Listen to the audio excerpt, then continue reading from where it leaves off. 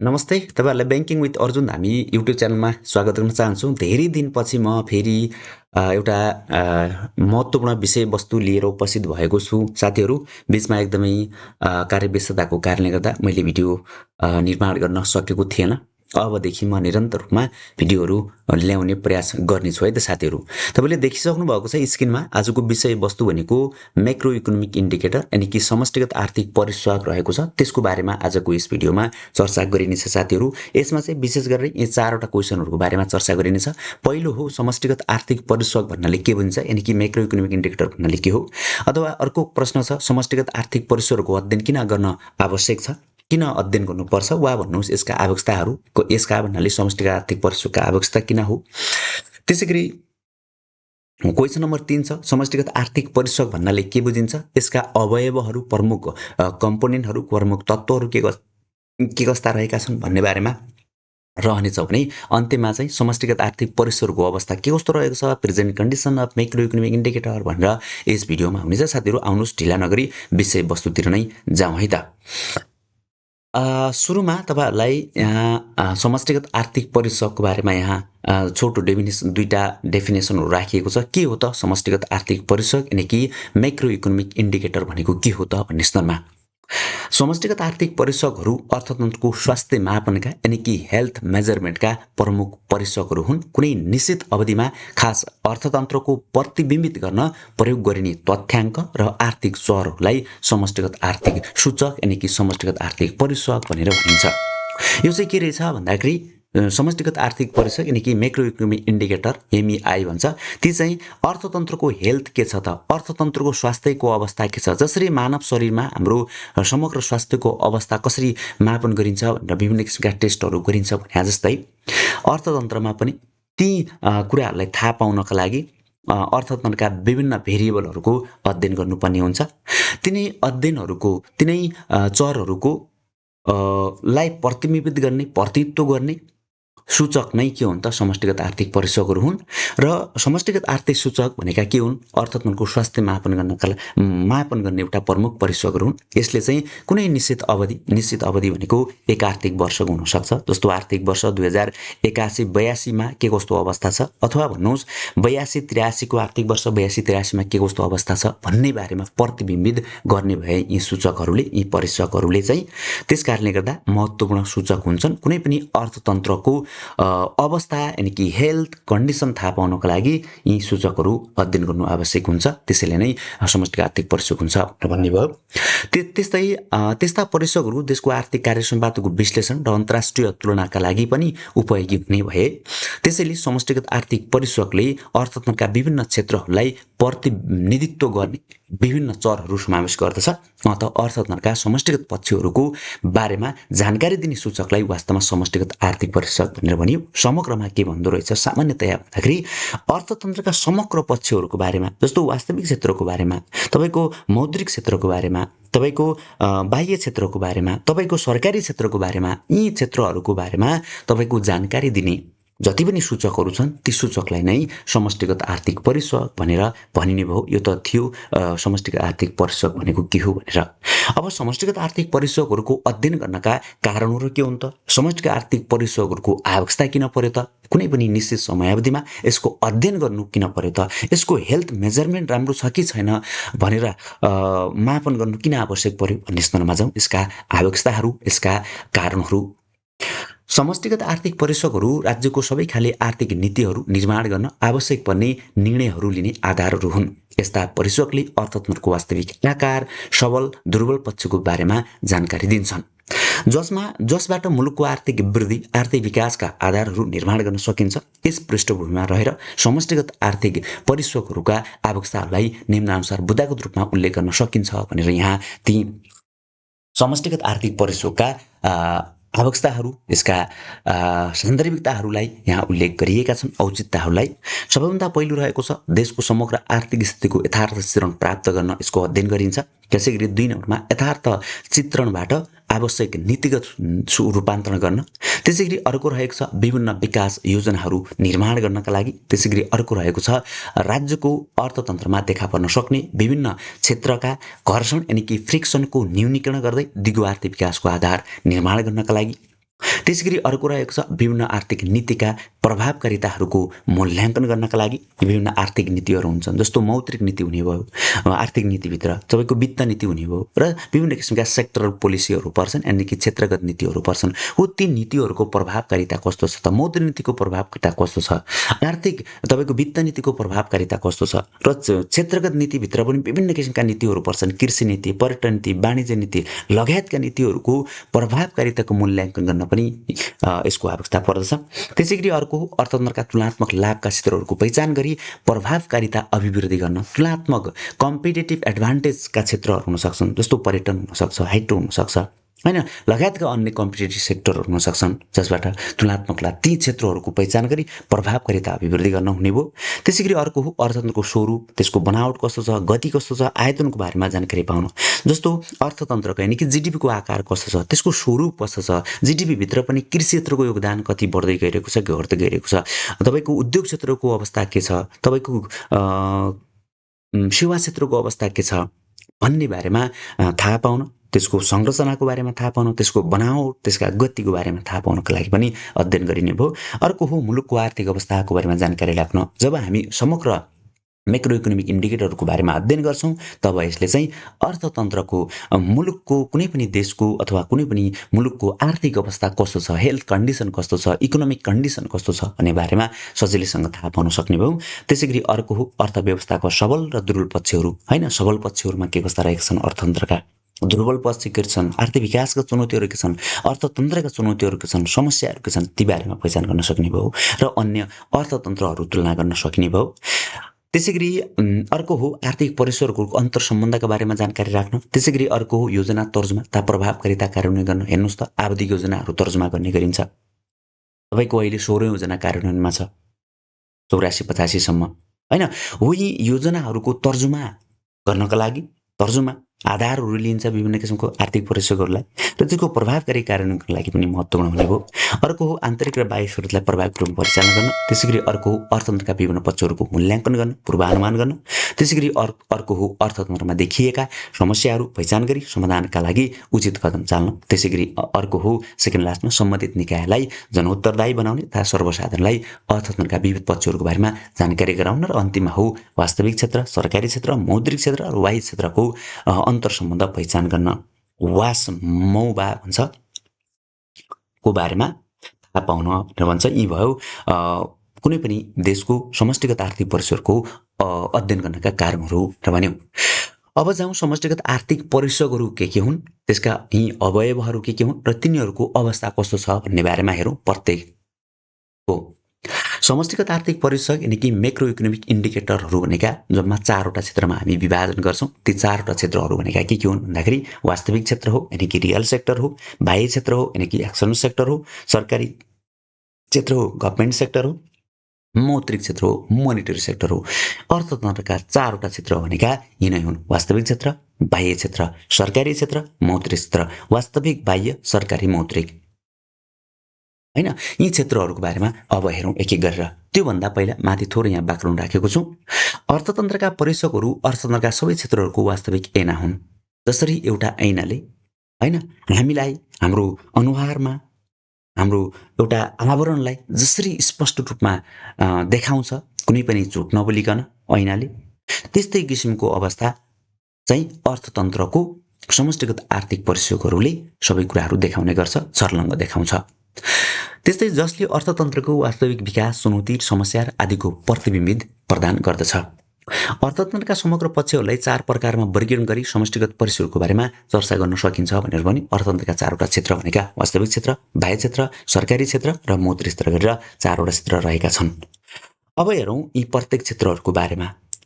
अब एउटा तपाईहरुलाई के कुरा जानकारी गराए भने यी क्षेत्रहरू अन्तर्गत पनि विभिन्न किसिमका सब इन्डिकेटरहरू पर्छन्। यी मेन इन्डिकेटरहरू भए र यी मेन इन्डिकेटरहरू भित्र पनि सब इन्डिकेटरहरू पर्छन्। वास्तविक क्षेत्रभित्र 4-5 वटा, बाह्य क्षेत्रभित्र 4-5 वटा, सरकारी क्षेत्रभित्र 4-5 वटा, मौद्रिक क्षेत्रभित्र 4-5 वटा पर्छन्। यसरी 15-16 वटा मैक्रो इकोनोमिक इन्डिकेटर, त्योभन्दा बढी मैक्रो इकोनोमिक इन्डिकेटर रहेका हुन्छन्। अब हेरौँ ती प्रत्येकको बारेमा।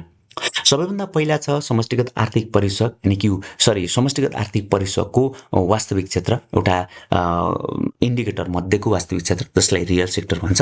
रियल सेक्टर अन्तर्गत कस्ता किसिमका इन्डिकेटरहरू पर्छन् र त्यसको अवस्था के छ भनेर यहाँ राखेको छु। यहाँ चाहिँ मैले आर्थिक वर्ष 2081-82 एक वर्षको डाटालाई मात्र राखेको छु। तपाईँहरूले इक्जाममा लेख्दाखेरि आर्थिक वर्ष 2081-82 सँगसँगै आर्थिक वर्ष 2082-83 को 6 महिनाको तथ्याङ्कहरू राख्नुभयो भने एकदमै राम्रो हुन्छ है त, फ्रुटफुल हुन्छ, राम्रो पनि देखिन्छ।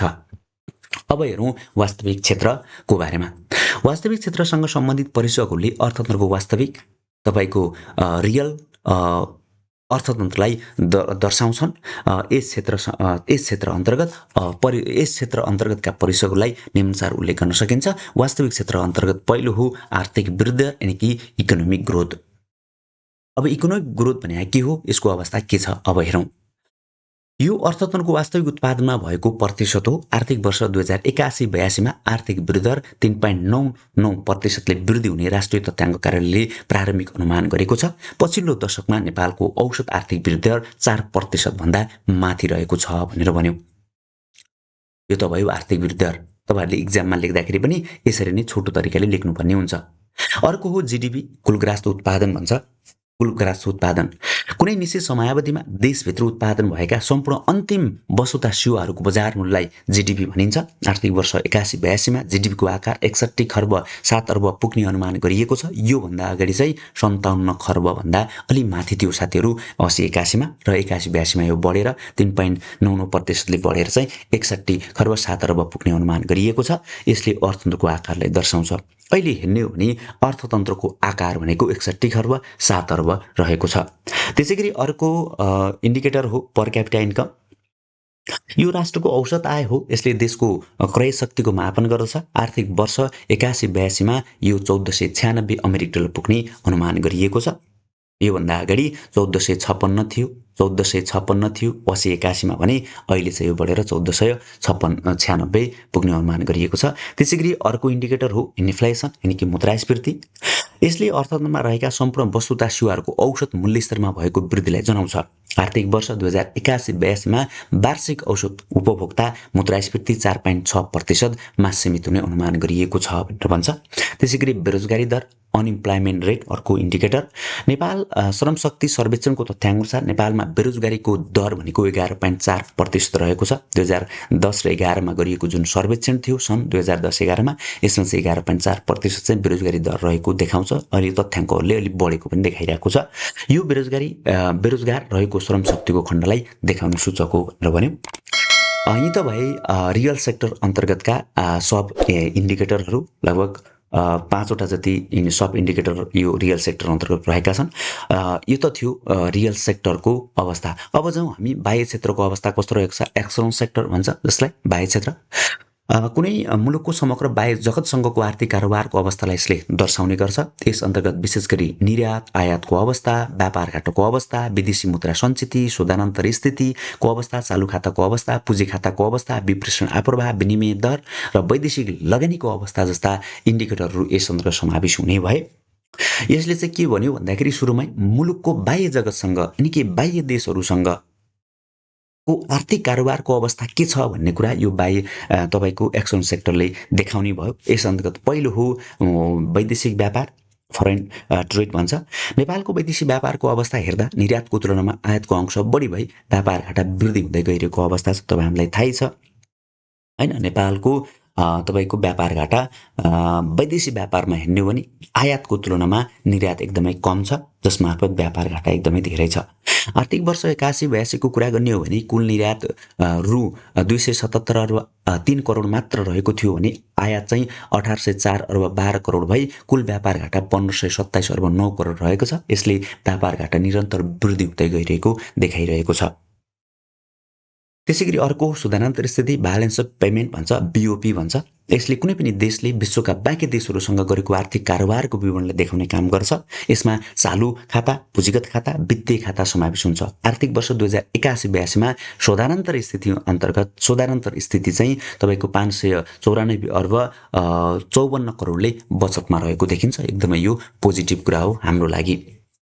अर्को विदेशी विनिमय सञ्चित फरेक्स रिजर्भ भन्छ। यो बाह्य क्षेत्र व्यवस्थापन गर्न देशको विदेशी विनिमय सञ्चित हो। नेपाल राष्ट्र बैङ्कमा रहेको विदेशी विनिमय सञ्चित 2081 असार मसान्तमा 1848 अर्ब 55 करोडको तुलनामा 2082 असार मसान्तमा 30.6% वृद्धि भई 2414 अर्ब 64 करोड कायम भएको छ। यसले 18 महिनाको वस्तु आयात र 15.4 महिनाको वस्तुता सेवा आयात गर्न सक्ने देखाउँछ। अहिलेको तथ्याङ्क हेर्ने हो भने करिब तपाईँको 27-28 अर्बभन्दा माथि चाहिँ विदेशी विनिमय सञ्चित भइसकेको छ साथीहरू। पर्याप्त विदेशी मुद्रा सञ्चित अर्थनको बाह्य क्षेत्रको स्थिर गर्न यसले बाह्य क्षेत्र मजबुत भएको देखाउँछ साथीहरू विदेशी विनिमय सञ्चितले। अर्को हो रेमिटान्स, एकदमै महत्त्वपूर्ण इन्डिकेटर। कुनै पनि मुलुकको बासिन्दाले अर्को मुलुकमा गई आय आर्जन गरी आफ्नो मुलुकमा पठाएको रकमलाई विप्रेषण भनेर भनिन्छ। आर्थिक वर्ष 81-82मा विप्रेषण आप्रवाह 19.9%ले अघिल्लो आर्थिक वर्षको तुलनामा वृद्धि भई 1723 अर्ब 27 करोड पुगेको छ। यो प्रत्येक वर्ष वृद्धि भइरहेको छ भनेर भन्यो। यो त भयो बाह्य क्षेत्र अन्तर्गतका इन्डिकेटरहरूको अवस्था के छ भन्ने बारेमा। अर्को रहेको छ सरकारी क्षेत्र यानि कि गभर्मेन्ट सेक्टर भनेर भन्छ। गभर्मेन्ट सेक्टरको अवस्था के छ, यस अन्तर्गत के पर्छन् भन्ने बारेमा हेरौँ। यो सरकारको क्रियाकलापसँग सम्बन्धित रहेको छ। यस अन्तर्गत राजस्व, सार्वजनिक खर्च, बजेटको अवस्था, सार्वजनिक ऋण लगायत अनुदान आदि जस्ता पक्षहरू पर्दछन्। सबैभन्दा पहिला हेरौँ राजस्व। राजस्व भने के हो, कस्तो छ त राजस्वको अवस्था। आर्थिक वर्ष 2081-82मा नेपाल सरकारको राजस्व परिचालनमा प्रदेश तथा स्थानीय तहमा बाँडफाट हुने रकम र अन्य प्राप्ति समेत गरी 10.5%ले वृद्धि भई 1196 अर्ब 19 करोड कायम भएको छ। लामो समयदेखि राजस्व सङ्कलन गर्ने क्षमता र राजस्वको दायरा कमजोर रहँदै आएको छ। लक्ष्य अनुसार राजस्व परिचालन हुन सकेको छैन भनेर भन्यो। त्यसैगरी अर्को रहेको छ सार्वजनिक ऋणको अवस्था के छ। आर्थिक वर्ष 2082 असार मसान्तमा नेपाल सरकारको कुल तिर्न बाँकी बाह्य ऋण 1401 अर्ब 42 करोड र आन्तरिक ऋण 1268 अर्ब 22 करोड गरी कुल तिर्न बाँकी ऋण आउटस्ट्यान्डिङ लोन एक्सटर्नल लोन भनेको तपाईँको 2669 अर्ब 65 करोड रहेको छ। सार्वजनिक ऋण प्रत्येक वर्ष निरन्तर बढ्दै गएको छ। यो एकदमै चिन्ताको विषय हो। जिडिपीसँग कम्पेयर गर्ने हो भने झन्डै 42% भन्दा बढी यसको रेसियो रहेको छ। त्यसैगरी अर्को छ सार्वजनिक खर्च।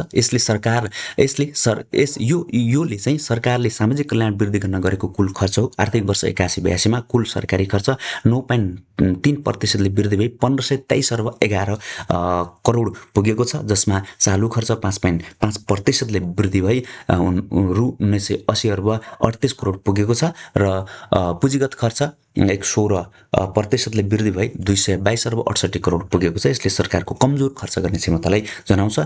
सार्वजनिक खर्च अन्तर्गत पनि दुईवटा खर्च विशेष गरेर चालु खर्च र तपाईँको पुँजीगत खर्च पर्छन्। चालु खर्च भनेको तपाईँको प्रशासनिक रूपमा खर्च गर्नको लागि गरिने हो भने पुँजीगत खर्च भनेको देश विकासको लागि गरिने खर्च हो। पुँजीगत खर्च चालु खर्चको तुलनामा पुँजीगत खर्च एकदमै न्यून हुने गरेको देखिन्छ साथीहरू है त। यो त भयो सरकारी क्षेत्र अन्तर्गतका इन्डिकेटरहरू। अब जाउँ हामी अन्तिम सेक्टर हो मौद्रिक क्षेत्र। मौद्रिक क्षेत्रको अवस्था के कस्तो रहेको छ भन्ने बारेमा हेरौँ।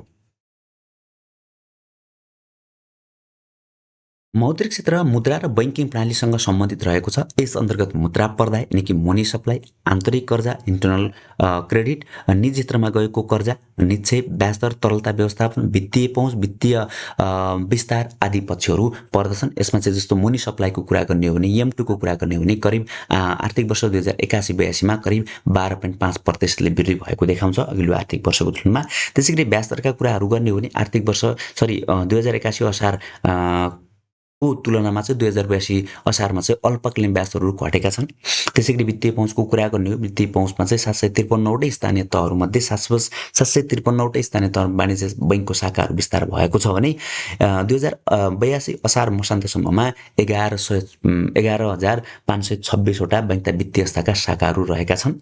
त्यसैगरी तरलताको अवस्था गर्ने हो भने तरलता व्यवस्थापनमा चाहिँ नेपाल राष्ट्र बैङ्कले आर्थिक वर्ष 81-82मा चाहिँ पटक पटक गरी निक्षेप सङ्कलन बोलकबल मार्फत 3,142 अर्ब 95 करोड, स्थायी स्ट्यान्डिङ डिपोजिट फेसिलिटी भन्छ स्थायी निक्षेप सुविधा मार्फत चाहिँ 21,508 अर्ब 40 करोड गरी कुल 24,651 अर्ब 35 करोड तरलता प्रशोधन गरेको थियो। तरलता प्रशोधन गर्नु भनेको अर्थतन्त्रमा बढी भएको पैसालाई आफूतिर तान्नु हो नेपाल राष्ट्र बैङ्कले।